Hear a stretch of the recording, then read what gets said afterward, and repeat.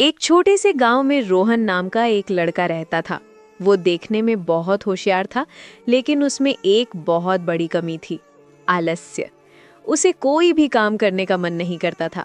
सुबह देर तक सोना, दिन भर इधर उधर घूमना और शाम को दोस्तों के साथ बातें करना, यही उसकी दिनचर्या थी। उसके माता पिता किसान थे। वे रोज सुबह सूरज निकलने से पहले खेतों में चले जाते और देर शाम तक मेहनत करते। वे चाहते थे कि रोहन भी कुछ सीखे, पढ़ाई करे और अपना भविष्य बनाए।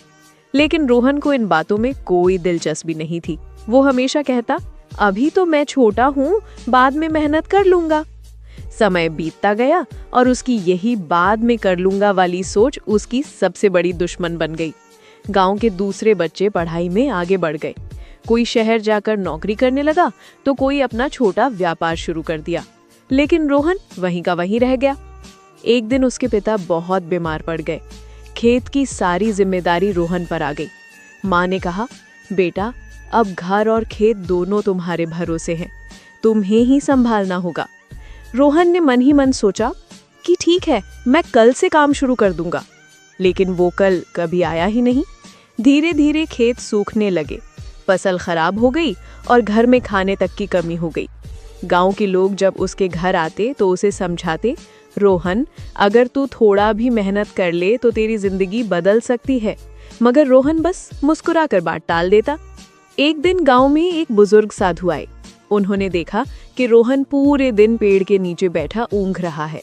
साधु ने उससे पूछा, बेटा, तू क्या करता है? रोहन ने कहा, कुछ नहीं बाबा, मैं तो बस आराम करता हूँ। साधु ने मुस्कुराकर कहा, अच्छा है, आराम करना भी जरूरी है, लेकिन जो बिना मेहनत के आराम चाहता है उसे जिंदगी कभी आराम नहीं देती।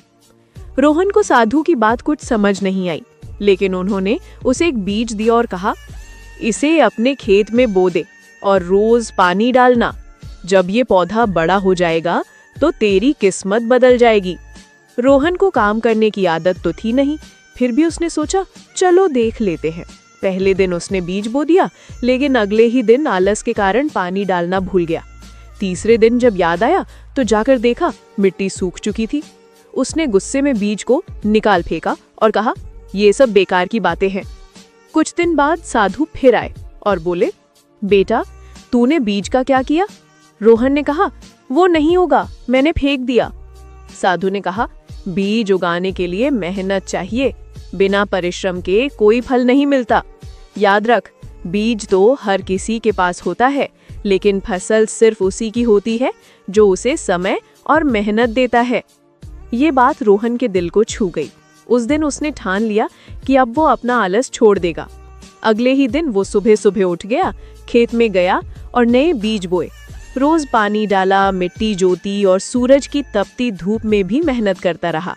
कुछ महीनों बाद खेत में हरी भरी फसल लहराने लगी। अब उसके माता पिता के चेहरे पर मुस्कान थी। गांव वाले भी उसकी तारीफ करने लगे। रोहन अब समझ गया था कि मेहनत का कोई विकल्प नहीं होता। वो पहले जहां कल करूंगा कहता था, अब आज ही कर लूंगा कहने लगा।